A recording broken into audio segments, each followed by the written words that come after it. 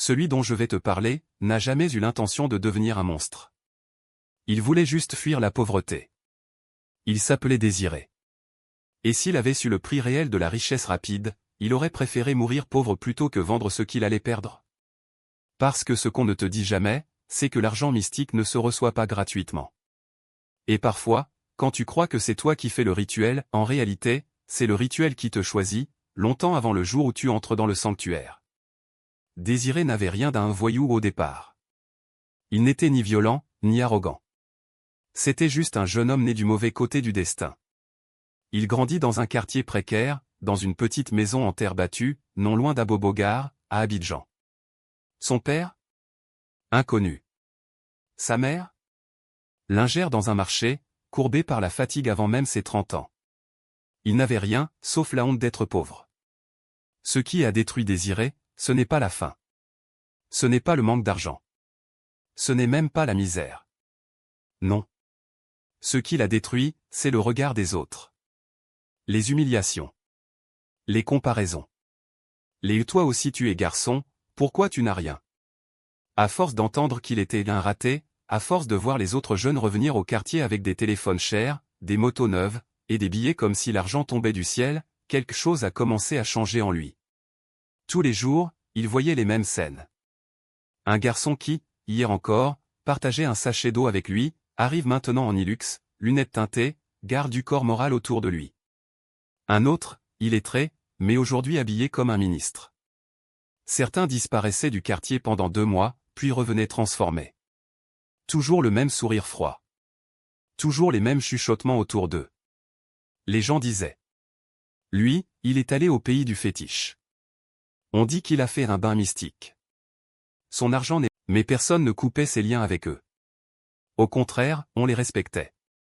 Même les pasteurs leur faisaient des sourires forcés. Même les vieux du quartier les saluaient en lui. Conviction que seul l'argent donne le respect. Un soir, après une nouvelle humiliation publique parce qu'il n'avait pas 500 francs pour acheter du pain, il a compris une chose simple, ce monde n'écoute que ceux qui ont l'argent. Et c'est ce soir-là que son histoire a vraiment commencé. Mais, elle n'a pas commencé devant un marabout. Elle n'a pas commencé dans un bois sacré. Elle n'a pas commencé dans une nuit noire devant une jarre pleine de sang. Elle a commencé dans un regard. Un regard croisé par hasard. Celui d'un ancien ami du quartier qu'on appelait Sergio, aujourd'hui métamorphosé puissant, intouchable et dangereux. Sergio. Autrefois il n'était qu'un gars banal du quartier. Toujours assis au kiosque à thé, toujours en sandales usées, toujours à demander la connexion Wi-Fi du voisin. Aujourd'hui, personne ne savait exactement ce qu'il faisait. Il ne parlait plus aux anciens amis. Il ne traînait plus. Il ne discutait plus. Il observait seulement, comme un homme qui n'appartient plus totalement au vivant. Quand Désiré croisa son regard, il sentit 2 choses contradictoires. Une jalousie brûlante, violente, incontrôlable. Et en même temps, une peur inexplicable, profonde. Sergio l'avait regardé comme on regarde une personne qu'on connaît déjà très bien, mais dont on se méfie. Un regard calme, mais froid. Pas haineux. Pas amical non plus. Juste, chargé. Ce soir-là, Désiré rentra chez lui avec le cœur lourd. Pas parce qu'il était pauvre. Mais parce qu'il venait de comprendre qu'il était invisible. Il se coucha sans manger, une fois de plus. Et c'est là, dans cette nuit sans espoir, que sa première pensée dangereuse est née. Et si je faisais comme eux? Les jours qui suivirent, les humiliations se multiplièrent. Un vendeur au marché se moqua de lui. « Tu es toujours en train de demander fiado, c'est quelle vie ça? Tu es jeune garçon pourtant. » Un groupe de filles éclata de rire en le voyant porter des chaussures trouées. Si pauvreté était une personne, c'est lui. Même son oncle, celui qui lui donnait parfois 2000 francs pour survivre, lui lâcha un jour. « Désiré, sincèrement, tu n'es pas fait pour réussir. Certains sont nés pour briller, d'autres pour souffrir. Toi, accepte ta part. » Ces phrases-là, personne ne les voit comme des coups. Mais pour quelqu'un déjà brisé, ce sont des poignards. Un soir, en revenant du marché, il vit Sergio garer un gros 4x4 noir devant le kiosque. 2 petits du quartier coururent pour lui ouvrir la porte. Tout le monde le salua avec admiration. Ce jour-là, Désiré eut l'impression que Dieu lui-même l'avait oublié. Sergio regarda autour de lui, comme s'il sentait être observé. Son regard se posa brièvement sur Désiré. Il ne lui fit pas signe, mais il ne détourna pas non plus les yeux. Quelque chose passa dans l'air. Une invitation silencieuse. Comme une porte invisible qui venait de s'entr'ouvrir. Cette nuit-là, Désiré ne dormit pas. Il repensa à tout ce qu'on lui avait dit. À cette vie qui ne lui offrait rien. À cette pauvreté dont il avait honte. Et plus il y pensait, plus l'idée devenait claire. L'argent, même sale, reste l'argent. Et c'est ainsi qu'au matin. Sans le savoir. Il venait de faire son premier pas vers le pacte. Pas en entrant dans un sanctuaire. Pas en dessinant un signe dans la terre. Pas en signant un document occulte. Non. Le premier pacte se signe dans le cœur. Sergio n'était pas comme les autres riches rapides du quartier. Il ne criait pas, il n'exhibait pas, il ne manquait pas de respect. Il n'était pas arrogant. Au contraire, il était calme. Trop calme. Le genre de calme qui attire, qui fait croire qu'il maîtrise quelque chose que les autres ignorent. Les gens disaient qu'il avait la tête posée. Les jeunes du quartier l'admiraient. Même les vieilles mamans du coin priaient pour lui en secret, espérant qu'un jour il finance la construction d'une mosquée ou d'une église. Un soir, Désiré rassembla son courage et lui adressa un salut discret. Pas un vrai bonjour, un signe de tête, comme un chien qui attend qu'on l'autorise à approcher. Et pour la première fois. Sergio répondit. Pas avec un sourire, pas avec un signe exagéré. Juste un regard suivi d'un lent hochement de tête. Mais pour Désiré, ce simple geste valait plus qu'1 million. C'était la première fissure dans la porte. Le lendemain soir. Sergio l'appela. Pas avec des mots. Avec un simple geste de la main. Un appel sans bruit. Une invitation silencieuse. Un piège, déguisé en opportunité. Désiré s'approcha, tendu, impressionné, presque tremblant. Il s'attendait à des questions, un test, une humiliation. Mais Sergio dit simplement. Je t'ai observé. Toi, tu veux changer ta vie, pas vrai? La phrase tomba comme une prophétie. Désiré ne répondit pas tout de suite. Mais son silence en disait plus que 1000 paroles. Sergio reprit. Ici, personne ne te respecte parce que tu n'as rien. Mais si tu avais, tu serais surpris de voir comment tout le monde se tournerait vers toi. La vie n'écoute pas les pauvres. Elle les écrase. Il parlait lentement, avec une voix basse, presque rassurante. Certains prient, et attendent toute leur vie. D'autres vont chercher ce qu'ils veulent. Cette phrase-là fut le premier crochet spirituel. Un mélange parfait de vérité, de poison et de promesses.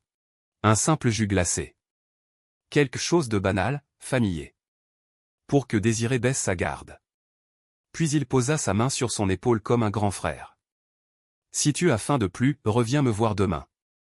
Mais quand tu reviens, c'est que tu as déjà choisi. Il ne parla pas de rituel. Il ne parla pas d'argent sale. Il ne parla pas de sacrifice. Les pièges spirituels commencent rarement par le spirituel. Ils commencent par l'orgueil blessé. Le besoin d'exister. Le besoin d'être vu. Cette nuit-là, Désiré n'arriva pas à dormir. Pas parce qu'il avait peur. Mais parce qu'il avait espoir. Et c'est dangereux, l'espoir. Quand il vient du mauvais endroit. Il se voyait déjà réussir. Il se voyait déjà sortir sa mère de la misère.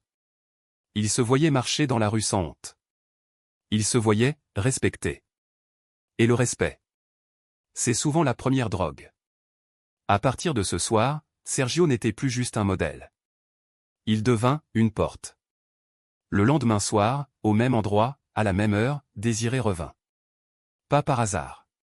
Pas pour discuter. Il revint comme un homme qui a déjà dit oui intérieurement. Sergio l'attendait. Comme s'il savait qu'il reviendrait. Tu es prêt à souffrir un peu pour ne plus souffrir, demanda-t-il doucement. Désiré hocha la tête. Alors prépare ton cœur. Parce que ceux qui avancent sur ce chemin ne peuvent plus revenir en arrière. Cette phrase n'était pas un avertissement? C'était une signature invisible. Désiré ne savait pas encore exactement ce qu'il venait de signer. Mais quelque chose en lui, une petite voix intérieure, lui criait que le chemin qu'il venait d'accepter n'était pas banal. Sergio ne l'avait pas pressé. Il ne l'avait pas forcé. Tout avait été subtil, presque invisible. Mais la combinaison de ses paroles, de ses regards et de sa présence silencieuse avait enclenché un processus irréversible. Le lendemain, il reçut un message simple. Prépare-toi. Nous partons ce soir. Désiré n'avait aucune idée de ce que cela signifiait. Mais il savait que refuser n'était pas une option. Ce soir-là, il fit ses adieux à sa mère avec une force qu'il ne pensait pas posséder. Il ne lui dit pas où il allait, juste qu'il avait trouvé un travail qui pourrait changer sa vie. Le trajet fut long. Sergio conduisait dans une voiture noire, silencieuse, traversant des quartiers qu'il n'avait jamais vus. À mi-chemin, Désiré remarqua qu'ils avaient quitté la ville pour entrer dans des zones presque désertes, où la lumière des lampadaires se faisait rare. L'air sentait l'humidité et la terre. Il sentit une présence étrange, une énergie qu'il ne pouvait pas expliquer, comme si quelqu'un ou quelque chose les observait. Sergio brisa le silence. Là où nous allons, tu verras que l'argent n'est jamais gratuit. Tu verras que la chance peut se retourner contre toi. Et tu comprendras que ce que tu souhaites, doit être payé. Désiré sentit un frisson. Il ne savait pas si c'était la peur, l'excitation ou les deux à la fois. Ils arrivèrent dans une petite maison en bordure d'un village béninois. La façade était vieille, mais impeccablement entretenue. Des symboles étaient gravés sur les murs. Certains semblaient anciens, d'autres plus récents. Sergio ne dit rien. Il entra simplement, et Désiré suivit, silencieux. À l'intérieur, un homme plus âgé les attendait. Il portait des habits traditionnels, des perles autour du cou et des bracelets sur les poignets. Ses yeux brillaient d'une lumière étrange. Chaque geste était précis, calculé. « Tu es venu chercher l'argent » demanda l'homme. « Oui » murmura Désiré. « Alors tu dois comprendre que l'argent a un prix. » Ce que Désiré ne savait pas encore, c'est que ce prix n'était pas seulement financier. Le rituel commença. Il fut étrange, effrayant, mais captivant. Il y avait des chants, des herbes brûlées, des symboles tracés dans la poussière. Sergio restait près de lui, le guidant, rassurant son esprit fragile. Mais l'air lui-même semblait changer, devenir plus lourd. Après plusieurs heures, l'homme âgé posa sa main sur la tête de Désiré et murmura quelque chose dans une langue ancienne. Désiré sentit une énergie étrange traverser tout son corps. Il sentit une chaleur, une force, puis un silence. Un silence lourd, qui parlait plus que n'importe quelle parole. « À partir d'aujourd'hui, dit l'homme, ce que tu désires viendra à toi.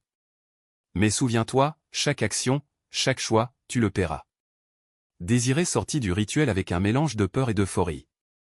Il se sentait invincible, puissant. Il croyait que sa vie venait de changer pour toujours. Sergio lui fit signe de le suivre, et ils reprirent la route. Les jours suivants, Désiré commença à recevoir des messages, des contacts.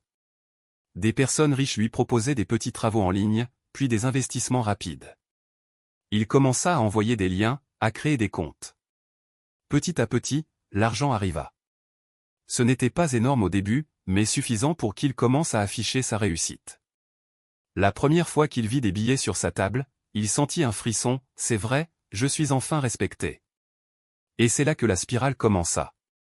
Chaque fois qu'il touchait l'argent, il pensait à Sergio, au rituel. Il savait, au fond de lui, que quelque chose l'attendait. Mais il ne voulait pas y penser.